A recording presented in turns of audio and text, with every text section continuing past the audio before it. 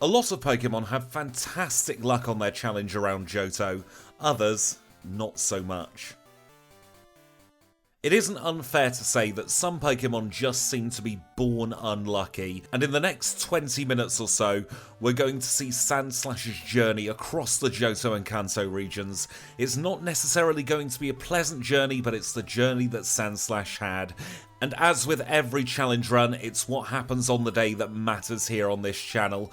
Just before we get into this run, if you do enjoy these runs, please do make sure to leave a like.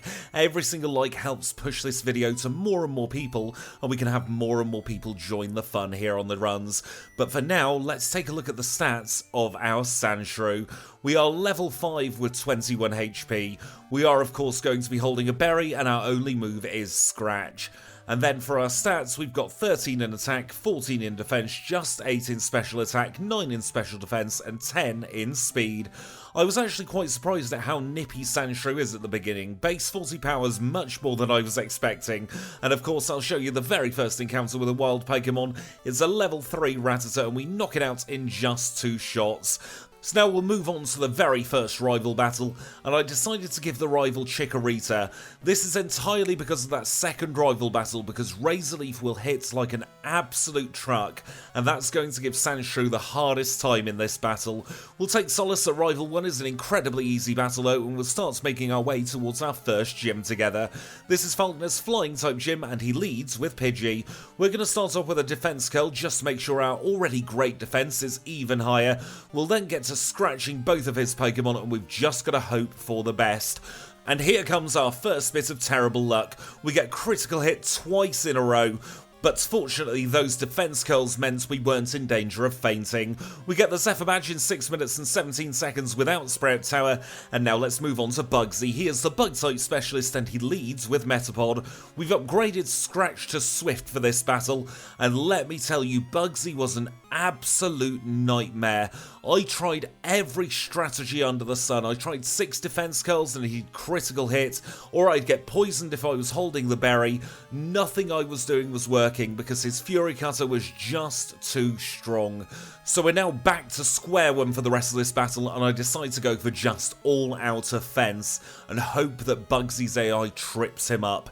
And in this battle it actually did. Instead of going for Fury Cutter, he goes for Quick Attack, which we can tank an awful lot better, and by the time Fury Cutter starts to build, we are more than capable of knocking him out, and we obtain the Hive Badge in a time of 15 minutes and 47 seconds. We can't celebrate for too long though, that dreaded Rival 2 is just around the corner, and I have a feeling, you know, this one is going to be particularly brutal. Poison Sting is not a good move even though it's super effective. And I think our lack of defensive capabilities with special defense is more than going to make up for having a super effective move or two. As is to be expected, Razorleaf hits like an absolute truck. I decide the best strat is probably to just try and get as much mud as possible in this Bayleaf's face, so it will eventually just miss enough times in a row. But every single time I think I'm getting close to a breakthrough, we then end up getting Razorleafed either once or twice to the face, and we have to take yet another reset. And that was exactly the case here. We got the Bayleaf into the red, then Razorleaf crit, and we were back to square one. Desperate times call for desperate measures. We are bringing out Fury Cutter. It is quad resisted by the Ghastly, but as long as we can get through this Ghastly with our Fury Cutter building up, we stand a chance of one-shotting the Bayleaf. And then we miss. Because of course we miss, because our luck is cursed on this run. The strategy was there, the one-shot was guaranteed, and that 1 in 20 chance of Fury Cutter missing happened. So we have to try again, and eventually on reset number 18 we get through the Bayleaf, and we at least get to see this Zubat. I decide that Fury Cutter is not the play here. We're going to Swift because it's going to be a 2-shot, and we are eventually through in a time of 19 minutes and 29 seconds. Goodness me, what an awful bit of luck we had there. Now, just before taking on Whitney, we have to take on Lascarry, and it's against Lascarry we grow to level 22, and at level 22 Sandshrew evolves into Sandslash. So it's goodbye to Sandshrew and hello to Sandslash for the rest of this run, and now let's see how we fare against Whitney. She is our third gym leader together and she leads with Clefairy. Clefairy Metronomes transform, because why the hell not? Hopefully this Clefairy has taken our bad luck away with us, and we're onto the mill tank. The cow starts to roll, but we do resist. This is one of the very few gym battles where I was actually happy with the outcome, and we get through in a time of 24 minutes and 28 seconds. Let's now move on to the Burnt Tower in Ecruteak City, where we now have Hidden Power, Bug and Dig on the learn set. That should hopefully make these battles slightly easier.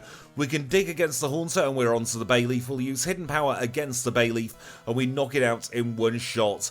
Zubat comes out, we don't have anything too great for it, but a Headbutt one-shots it this time, and then we're onto the Magnemite. Magnemite is 4 times weak to dig, so we knock it out in a single hit, and we defeat the rival for the third time a lot easier than we did for the second time.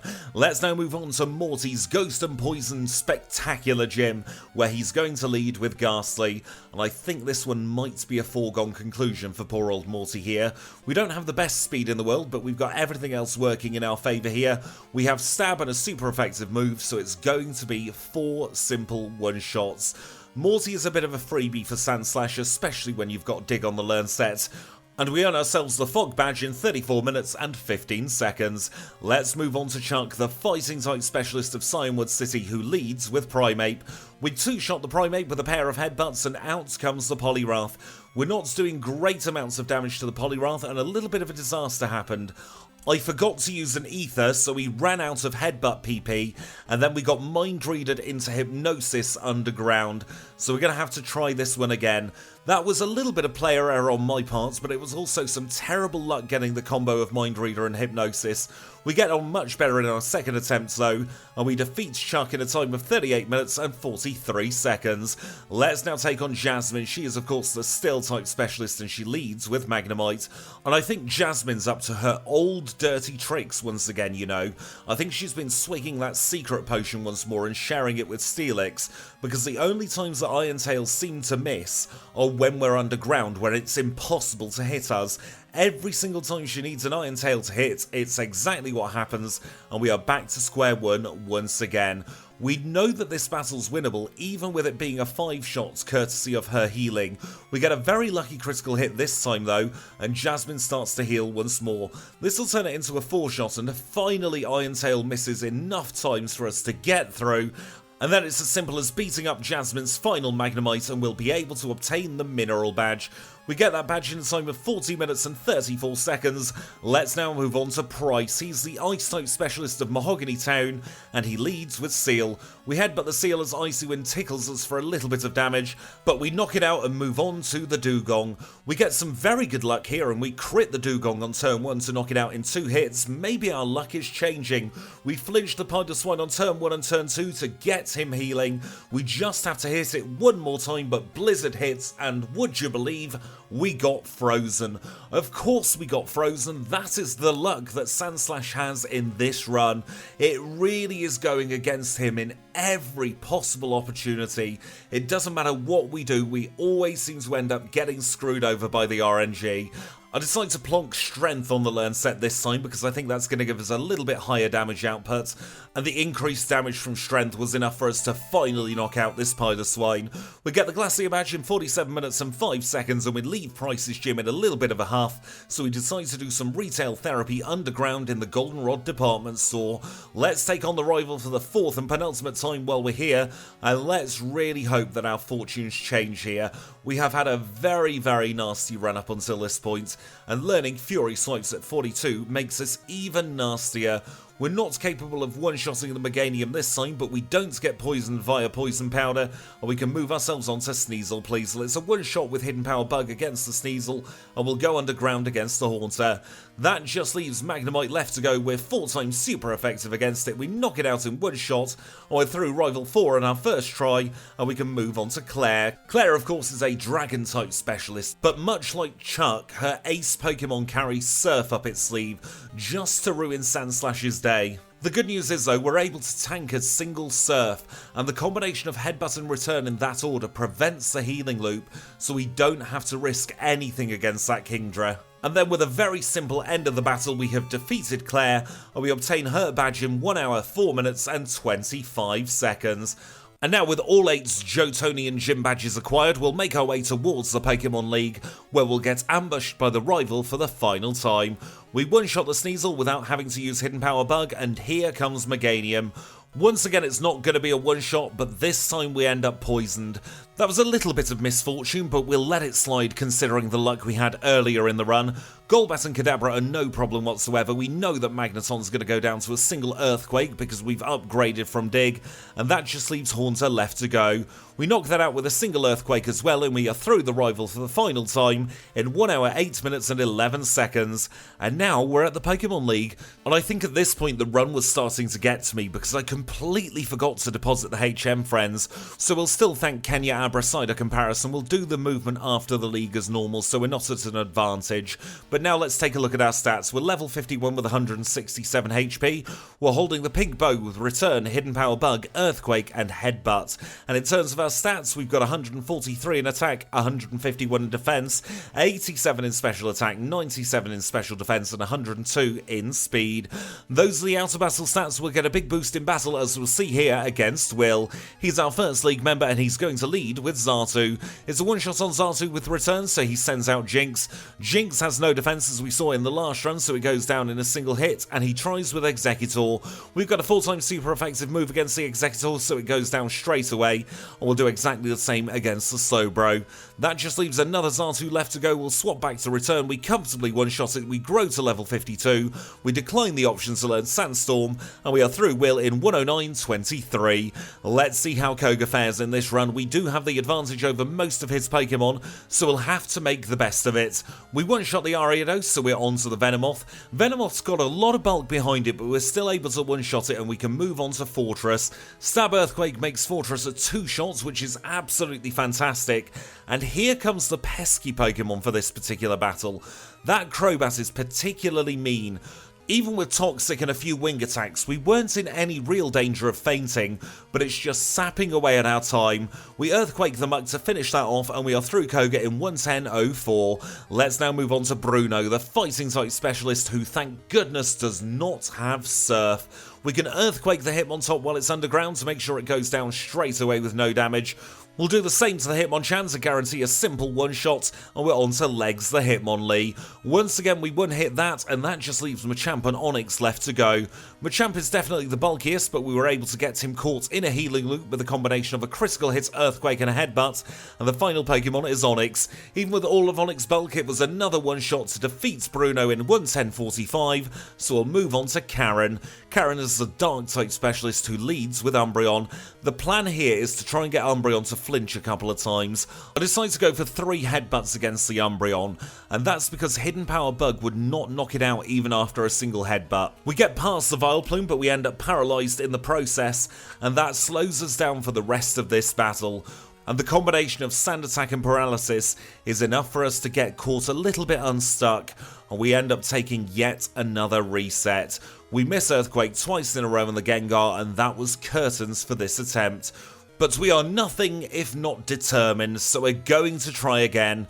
We do the Headbutt strat once again against the Umbreon, and we can move on to Vileplume. We get very lucky with a critical hit to one-shot the Vileplume, and that means at the very least we're not going to be paralysed for the rest of this battle. We one-shot the Murkrow, we swap to Earthquake for the Gengar, we connect first time, and the final Pokemon is Houndoom. Another Earthquake connects, another Earthquake knocks it out, and we are through Karen and have defeated the league in 1 hour, 13 minutes and 59 seconds. There's only one thing between us and our final Hall of Fame time now. It's time for Lance, the liar with the Flyers, and he leads with Gyarados. Rollout is our best strategy against Lance, and of course first turn we miss. At least it was on turn 1 and not at a more pivotal point in this battle. Our rollout gets strong enough to one-shot the first level 47 Dragonite, and of course that means we're going to one-shot the second level 47 Dragonite as well. That brings us nicely onto Aerodactyl, who we once again one-shot, and now Lance suddenly has only 2 Pokemon left. Charizard is 4 times weak to rollout, and we don't get burnt by flamethrowers, so we can 2-shot that, and that means our rollout is more than strong enough to knock out the final Dragonite, and we defeat Lance in a time of 1 hour 15 minutes and 28 seconds, and that gives us our final Hall of Fame time of 1 hour 15 minutes and 44 seconds. Considering all the terrible luck we had, that is not bad for Sandslash. It could definitely be better, but it could definitely be worse. And we rejoin the action here in Vermilion City, where the first thing we do in Kanto is the last thing we do in Johto. We're going to get another rare candy, this time from the chairman of the Pokémon fan club, and when we eventually tuck that safely away in our bag, we'll make our way towards our first Cantonian gym leader together, and it absolutely makes sense to do Lieutenant Surge first. And I am very, very pleased to say that even with all of Sandslash's terrible luck, we're able to do our standard Cantonian gym leader routing. So we'll start with Surge, move to Erica, cycle down to Janine, take out Sabrina and Misty, and finish off with Brock, Blaine, then Blue. We are, of course, also going to be having our regular Kanto chat in this particular part of the run. If you want to skip ahead to the Blue fight, it starts at around about 18 minutes and 16 seconds. Everyone else will sit down now and have a little chat for the next couple of minutes or so. And in this Cantonian chat, I want to address something that comes up in the comments every 3 or 4 months or so, and that is the question of why I keep these gym battles in and don't skip straight ahead to either blue or red. And there are a couple of reasons for this. The first one is, even though the Cantonian gym leaders are laughably easy in Generation 2, they are still a trackable and tangible part of the requirements to get to red. And that means in each run we share together here on the channel, there are 28 key battles plus that one first wild Pokemon at the start of each run. And I found that gives the best pacing for my style of content. Because the other reason why I don't skip all the Cantonian gym battles is because I've tried it. We saw a very quick version of the Cantonian Gauntlet in the Miltank Archived run, and I really didn't enjoy the pacing. It threw me off my rhythm entirely. For those of you who don't know, I come into these voiceovers with absolutely no notes and absolutely no script. Every single word that comes out of my mouth in any of these voiceovers is completely ad-libbed, and I have to get myself into a very good rhythm in order to build up the tension and build up the drama as we get closer and closer to red, especially when it comes to the blue fights, because that can be a particularly tricky battle, but I've got to try and give that hope every single time that we are going to get through and it's going to be alright and we're going to get the best possible time in the circumstances for each Pokemon. And as a bit of a final and tertiary reason, which is also double-sided, sometimes on a run like Sandslash it is very nice to show Sandslash excelling in a bunch of fights when it's had a tough time up until that point. And on the other hand, there are some Pokemon who will legitimately struggle in the Kanto section. I'm sure we'll see that more in the new year when we start up our 2 new series. The first step, which is all the first stage evolutions, and in the middle where we're doing all of those middle stage evolutions. And those battles could be incredibly tough for some of the Pokemon. Can you imagine an Igglybuff trying to take on Sabrina, for instance? It's going to be absolutely ludicrous. And even with this much quicker editing style that we're doing here on the channel now, we're probably going to end up with some 30 to 40 minute runs just by sheer virtue of how absolutely hot garbage a lot of these baby and first form Pokemon are going to be all the way through the run. So I think it's very good to get into the habit of showing every single gym battle so that when we get to some of these worst runs, we'll be able to compare and contrast against some of their better counterparts, should we say. But now we're at the blue fights, let's see how it goes on. And blue of course leads with Pidgeot, and we are going to lead with Return. Pidgeot uses Mirror Move here, and that means Return deals minimal damage because all of the AI's Pokemon in Generation 2 have minimum friendship. So that means whenever you're facing a Pokemon with Mirror Move, Return is 99% of the time going to be the best option in front of you. We then carry on returning against the Gyarados as he gets caught into a healing loop and takes us down to yellow HP. Up next is Exeggutor. We know Exeggutor's free because we've got Hidden Power Bug on the Learn set. And that means we can turn our attention to Alakazam. Alakazam hits very hard with a Psychic, so we're down to 4 HP. And I think even if we were able to one-shot this Rhydon, it would be all over. I decided to throw in the towel and just do a Hidden Power Bug and take a reset. We're going to try rollout strategies this time because we now know that Rhydon comes out very late in this battle.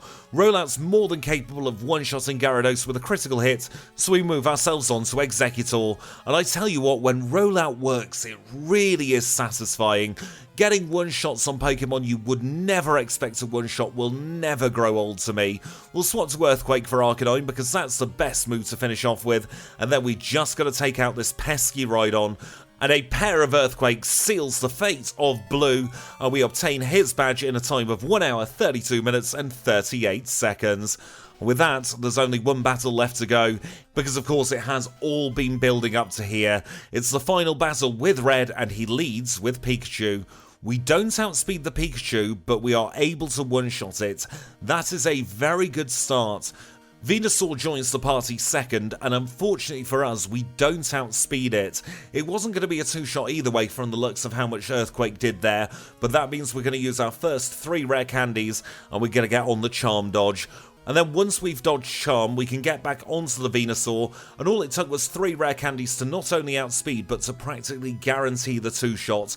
We'll now see how bad the Blastoise is, and the answer is, quite frankly, terrible. Rain Dance boosted Surf is obviously going to knock us out, so we'll use another 3 rare candies, because that Blastoise is not currently in 2-shot range. If it's not in 2-shot range, it's always going to knock us out, either with a Rain Dance boosted Surf, or just 2 Surf straight off the bat. So we are now at level 70, and we can see that we outspeed the Blastoise, and we're also able to 2-shot it with Earthquake. This is very good progress. Let's see how we get on against the Espeon, and it proves to be incredibly pesky.